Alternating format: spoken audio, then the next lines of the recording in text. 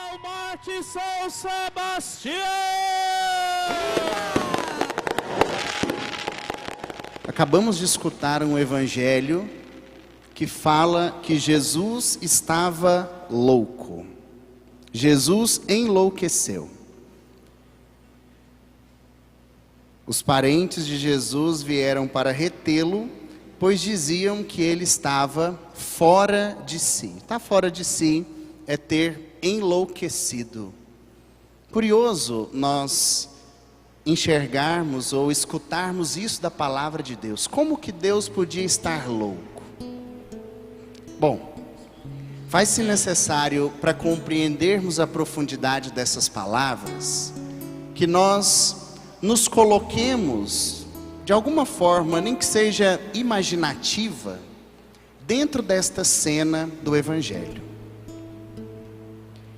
Jesus, nesse capítulo 3 de São Marcos, ele já estava famoso.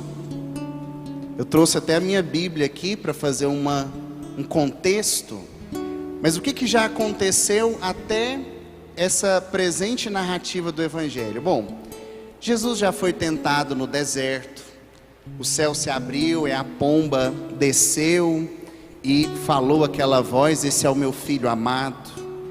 Depois, Jesus expulsa um demônio lá na sinagoga dos judeus. Isso causa certo alvoroço, porque era um dia de sábado e os judeus não fazem nada no dia de sábado. Saiu dali, curou a sogra de Pedro, que estava doente. Depois sai daquela região de Cafarnaum e no meio do caminho encontra-se com um leproso. E aquele leproso fala: Senhor, se tu queres, podes me curar. E Jesus fala: eu quero, fica curado. Depois cura um paralítico, aquele que os amigos levam ele por cima do telhado. Depois convida Levi, passa na coletoria de impostos e fala: Levi, vem e segue-me. Depois no sábado seguinte, cura um outro rapaz que tinha a mão seca.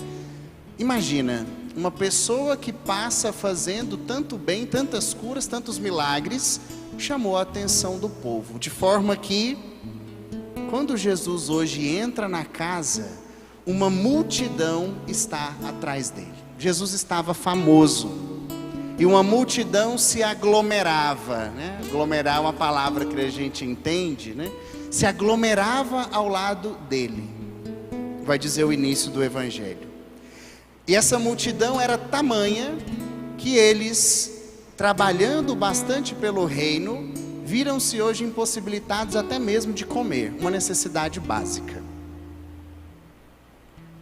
Vendo isso, ou seja, uma multidão atrás de Jesus, Jesus não comendo para socorrer aquela multidão, os parentes de Jesus vão ao encontro dele para dizer que ele está fora de si.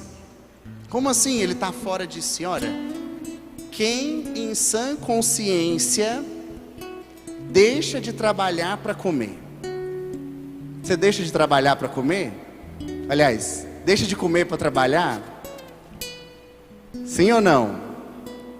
Ninguém em sã consciência, uma vez ou outra até que vai, mas ninguém em sã consciência coloca trabalho acima das necessidades mais básicas. Uma vez ou outra, diante de uma necessidade, nós até fazemos, mas alguém que vive para trabalhar é louco. Como que abre mão disso? E essa é a percepção dos seus parentes. Quem eram esses parentes de Jesus? Bom, aqui nós estamos no versículo 20. O versículo 31 revela-nos quem eram esses parentes que foram lá falar que Jesus estava louco. Versículo 31. Chegaram então a sua mãe e os seus irmãos. Nossa Senhora foi atrás de Jesus. Meu filho está doido, não está comendo. E aí Jesus, inebriado pelo seu trabalho, com sede mesmo de evangelizar, de conquistar aquele povo para Deus, ele começa a dizer: olha, quem é a minha mãe e quem são os meus irmãos? Minha mãe e os meus irmãos são aqueles que fazem a vontade do Pai. E aqui saltam duas coisas belíssimas aos nossos olhos. Primeiro, Jesus exalta Nossa Senhora de uma forma ainda não vista na Sagrada Escritura. Por quê? Quem é Maria? Maria é aquela que responde ao anjo: eis aqui a serva, faça-se em mim a vontade de Deus. Se a mãe e os irmãos de Jesus são aqueles que fazem a vontade de Deus, Nossa Senhora o é por excelência. E alguns tentam dizer nesse versículo que Jesus não estava nem aí para Maria. Muito pelo contrário, aqui ela é bastante exaltada. E a segunda coisa que salta aos nossos olhos é o entendimento ou o significado de estar fora de si. Pode estar fora de si uma pessoa de fato louca, que perdeu o juízo. Mas pode estar fora de si alguém que não simplesmente deixa de comer para trabalhar, mas alguém que abre mão das próprias necessidades, daquelas necessidades mais básicas, para tornar a vida do outro melhor. O amor é exatamente isso. O amor é esquecer-se. O amor de fato é estarmos fora de si. Contemplamos então um Jesus verdadeiramente louco. Não porque estava louco de demente, mas louco de amor por mim e por você. Porque a palavra de Deus se faz nova na nossa vida hoje. Deus estava louco de amor, estava fora de si. E esse é precisamente o grande ensinamento que essa palavra de Deus traz hoje na nossa vida e que se conjuga verdadeiramente com o tema da nossa festa, com a vida dos festeiros, com a nossa própria vida. Todos nós hoje somos convocados ao amor nessa ótica de Cristo. Tem um livrinho que se chama É Cristo que Passa. E nesse livro o seu autor, ele descreve de fato o que é o amor. E vocês me permitam ler um pequeno trechinho dele que diz o seguinte: às vezes fala-se de amor como se fosse um impulso para a satisfação própria. Tem muita gente aí confundindo amor com satisfação própria, de prazeres. O amor me leva a enxergar o outro como uma pessoa, não como um objeto. As coisas que estão ao meu redor como meios que me ajudam a me aproximar de Deus ou mesmo me afastam dele. Fala-se de amor como se fosse um impulso para a satisfação própria, ou um simples recurso para completarmos em moldes egoístas o que falta à nossa personalidade. Mas o amor não é isso. O amor verdadeiro é sair de si mesmo, é estar fora de si. O amor verdadeiro é entregar-se. Ele traz consigo uma nota de alegria, mas uma alegria cujas raízes estão em forma de cruz. Olhar para a cruz de Cristo, essa é a raiz do verdadeiro amor. Exige sacrifício, entrega, saída de nós mesmos.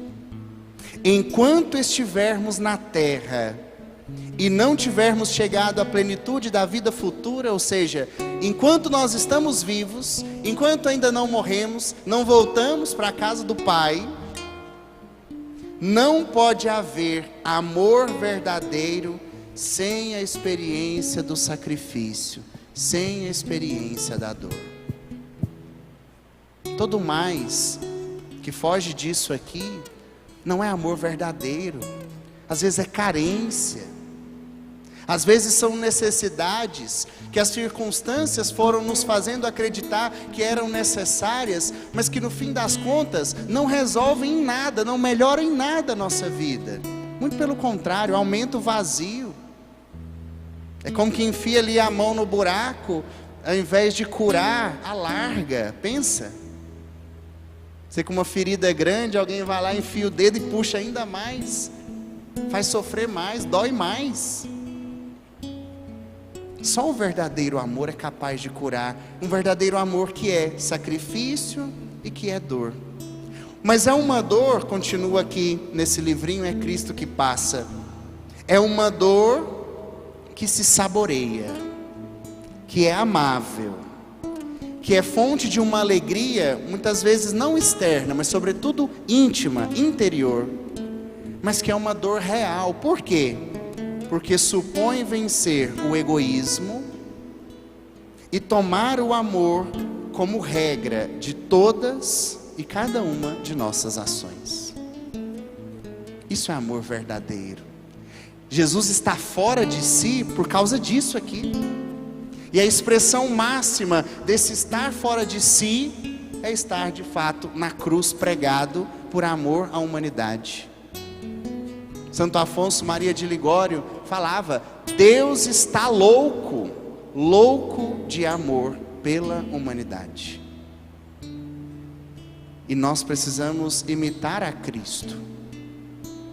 Nós precisamos amar desta mesma forma. Pedir a Deus hoje a graça de um verdadeiro amor, de amar de verdade.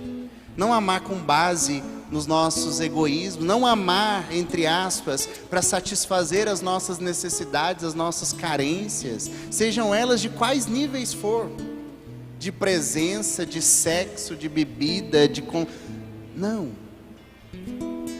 Um amor sincero, autêntico. Nós precisamos pedir a Deus hoje, nessa novena, que Ele desperte em nós um desejo de amar de verdade,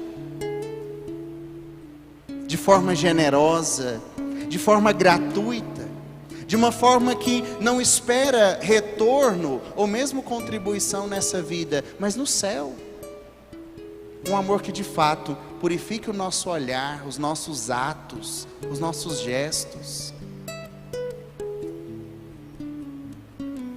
Um amor que esteja para além daquelas feridas que a história nos causou. As ações dos outros que tiveram algum efeito sobre nós e que foram colocando barreiras e impedimentos para o amor. Hoje nós precisamos pedir a Deus: Senhor, desperta em nós o desejo de amar, começando por esses que estão à minha volta. Desperta em nós, Senhor, esse amor verdadeiro, essa loucura que te movia a abster-se no Evangelho da comida, mas na vida, da própria vida, por amor à humanidade. Desperta no Senhor do nosso egoísmo, das nossas carências. Desperta no Senhor para amar de verdade, com alegria, para te amar, Senhor, na dor, na alegria, de maneira constante, permanente. Desperta-nos, Senhor.